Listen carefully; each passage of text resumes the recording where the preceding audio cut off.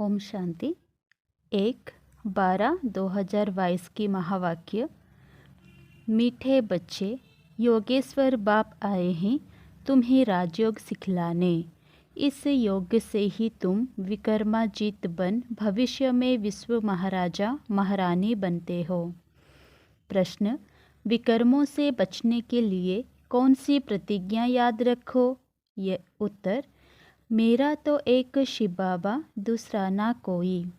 एक बाप से सच्चा रूहानी लव रखना है। यह प्रतिज्ञा याद रहे तो विकर्म नहीं होगा।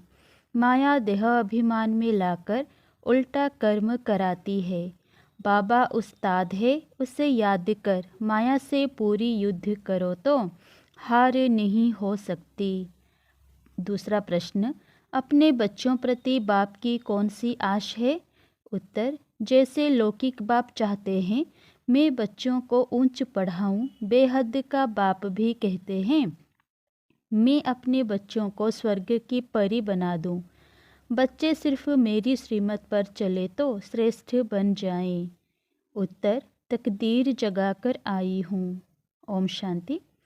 मीठे मीठे बच्चे जानते हैं हम अपनी नई तकदीर बनाने आए हैं। किसके पास? योगेश्वर के पास, सिखलाने वाले ईश्वर के पास। इसको कहते हैं राजयोग। ईश्वर योग सिखलाते हैं। कौन सा योग? हठयोग तो अनेक प्रकार का है, यह जिस्मानी योग नहीं है। सन्यासियों का तत्व योग ब्रह्म योग है, उनको ईश्वर योग नहीं सिखाते। तुम बच्चे जानते हो परमपिता परमात्मा हमको फिर से कल्प पहले मुआफिक राजयोग सिखलाते हैं। सन्यासी ऐसे कभी नहीं कहेंगे। यह योग कल्प पहले भी सिखाया था और अभी भी सिखला रहा हूँ। तुम बच्चे कह सकते हो वह हठयोगी राजयोग सिखला नहीं सकते। हमको सिखलाने वाला शिव बाबा है, जिसको योगेश्वर कहा जाता है। मनुष्य भूल से श्री कृष्ण को योगेश्वर कह देते हैं। श्री कृष्ण सतयुग का प्रिंस है, वहाँ योग की बात ही नहीं। यह बहुत अच्छी पॉइंट है। समझाने की तरकीब सीखो। युक्ति से समझाया जाता है। तुम्हारा सारा मदार योग पर है। जितना योग में रहेंगे उतना विक्रमाजीत बनेंगे। भारत का प्राचीन योग बहुत गाया हुआ है। यह राजयोग परमपिता परमात्मा के सिवाय कोई सिखला ना सके, इसीलिए इनका नाम योगेश्वर है। ईश्वर ही राजयोग सिखलाते हैं। किसके लिए राजयोग सिखलाते हैं? क्या भारत को राजाई देते हैं?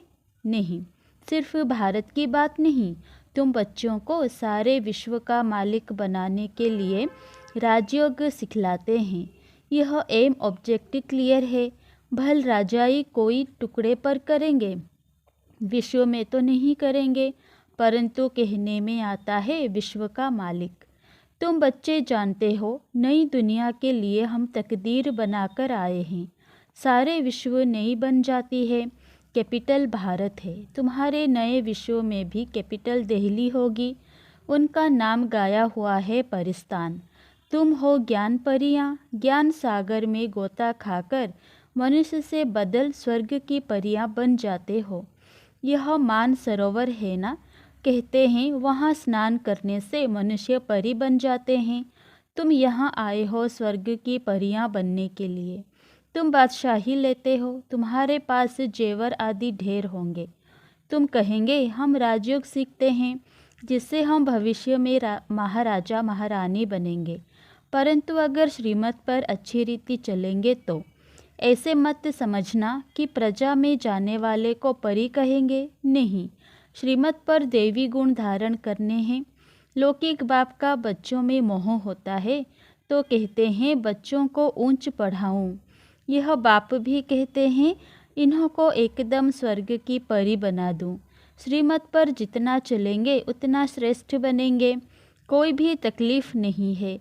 साहूकारों को सुनने की फुर्सत नहीं मिलती, सिर्फ गरीबों को फुर्सत मिलती है। तुम्हारे जितनी फुर्सत किसी को नहीं है। जिनको लफड़े ज़्यादा हैं उनका योग लग नहीं सकता। आज बाबा बच्ची से पूछ रहा था कि तुम जानती हो कि हम किसके रथ की सेवा कर रहे हैं? घोड़े की संभाल करने वाला समझेगा कि हम फलाने साहेब के घोड़े की संभाल कर रहे हैं। तुम भी जानते हो यह किसका रथ है। अगर शिव बाबा को याद कर तुम इस रथ की सेवा करो तो तुम बहुतों से अच्छा पद पा सकती हो। यह हुआ रथ, याद तो शिव बाबा को करना है। यह भी याद रहे तो बेड़ा पार हो सकता है। बाबा कहाँ के लिए राजयोग सिखलाते हैं? भविष्य नई दुनिया के लिए, और ये सिखाते हैं संगम पर। श्री कृष्ण कैसे राजयोग सिखाएंगे?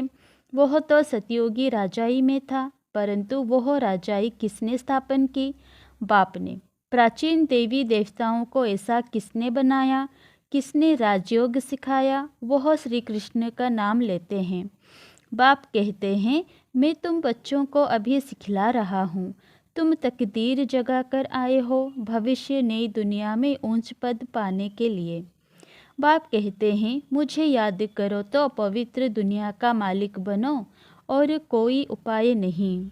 एक तरफ याद करते हैं पतित पावन आओ, दूसरे तरफ नदियों को कहते हैं पतित पावनी। कितनी भूल है। बात छोटी है, परंतु मनुष्यों की आंख खोलनी है। बाप जब आते हैं आकर समझाते हैं कि पतित पावन मैं हूँ, मैं ही तुमको ज्ञान स्नान कराए पावन बनाता हूँ। यह पतित दुनिया है। सन्यासी अनेक प्रकार के योग सिखलाते हैं, परंतु राजयोग तो एक ही सिखलाने वाला मैं हूँ। परमपिता परमात्मा को ही पतित पावन कहते हैं। उनको कितना याद करना चाहिए। फिर मैनर्स भी अच्छे चाहिए। हम 16 कला संपूर्ण बनते हैं। खान पान शुद्ध होना चाहिए। कोई झट धारण करते हैं, गाया हुआ है सेकंड में जीवन मुक्ति। एक जनक थोड़े ही होगा, मिसाल एक का दिया जाता है। द्रौपदी एक थोड़े ही होगी, सबकी लाज रखते हैं। स्त्री पुरुष दोनों को पतित होने से बचाते हैं। गीता में श्री कृष्ण का नाम लिख दिया है। इस समय तुम बच्चे जो कुछ भी करते हो भक्ति में यादगार बनता है। शिव बाबा का कितना बड़ा मंदिर है। जो सर्विस करते हैं उनका नामाचार निकलता है। तुम्हारा दिलवाड़ा मंदिर एक्यूरेट यादगार है। नीचे तपस्या कर रहे हो, ऊपर राजाई के चित्र खड़े हैं। अभी तुम बाप से योग लगा रहे हो स्वर्ग का मालिक बनने के लिए। स्वर्ग को भी याद करते हो। कोई मरता है कहते हैं स्वर्ग पधारा, परंतु स्वर्ग है कहाँ यह किसी को मालूम नहीं। समझते हैं भारत स्वर्ग था, फिर ऊपर कह देते हैं।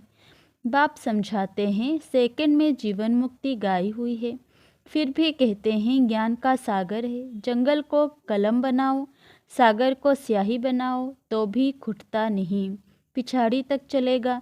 तो मेहनत की जाती है ना। सेकंड की बात भी ठीक है। बाप को जाना तो बाप का वर्षा है जीवन मुक्ति।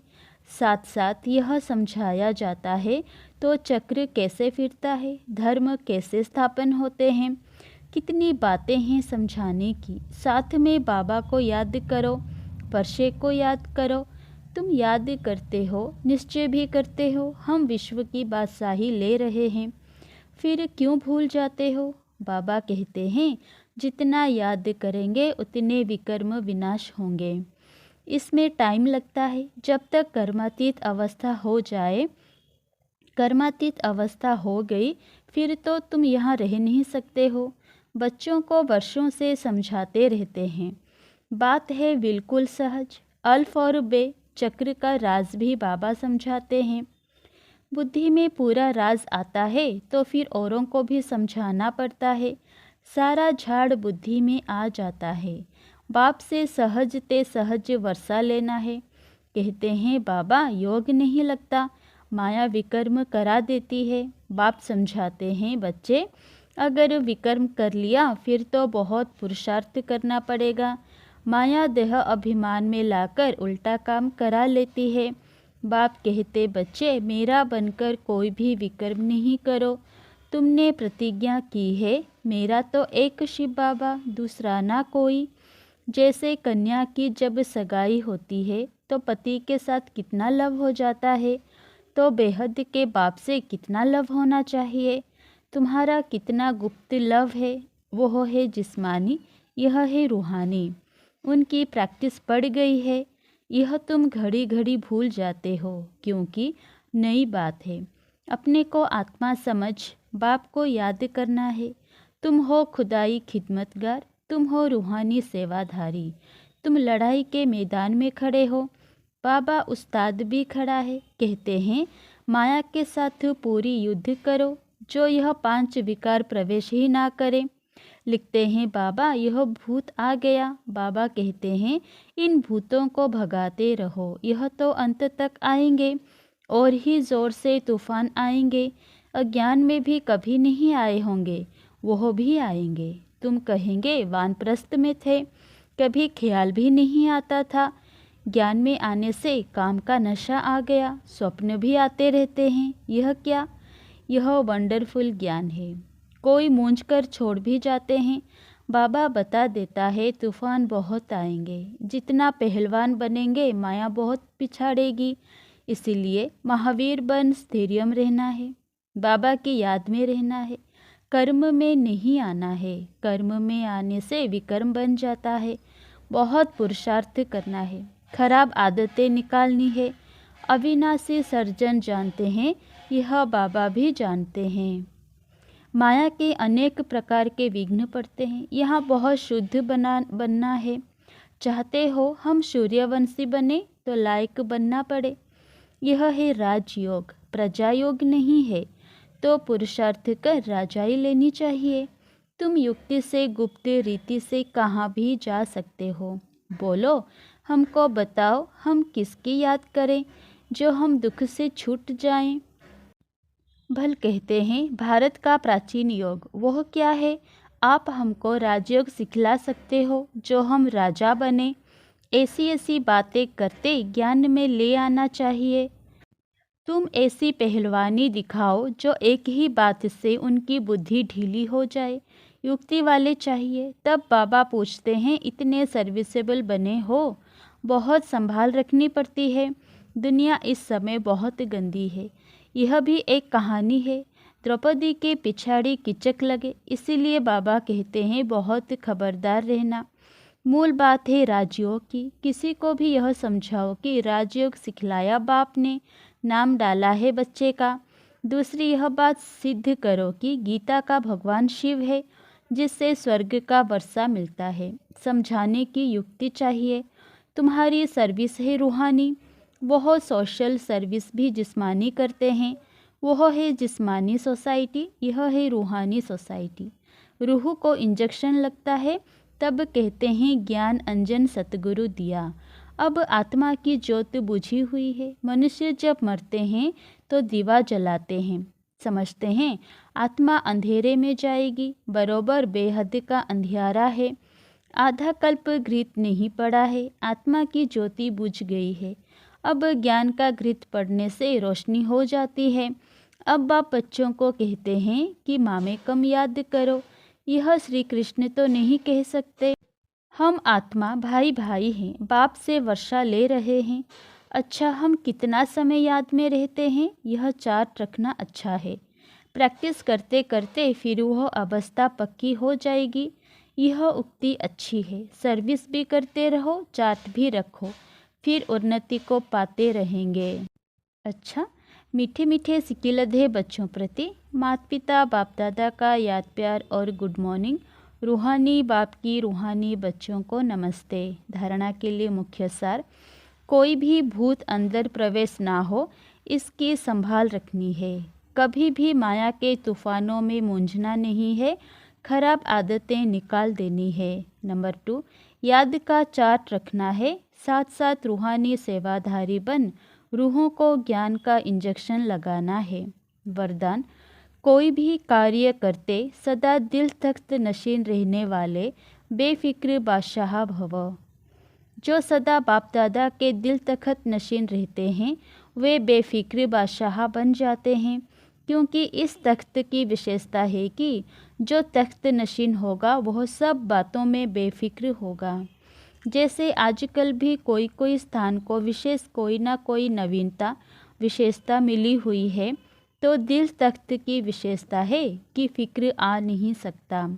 यह दिल तख्त को वरदान मिला हुआ है, इसीलिए कोई भी कार्य करते सदा दिल तख्त नशीन रहो। स्लोगन: नंबर आगे लेना है तो स्नेह और सहयोग के साथ शक्ति रूप धारण करो। अच्छा, शांति।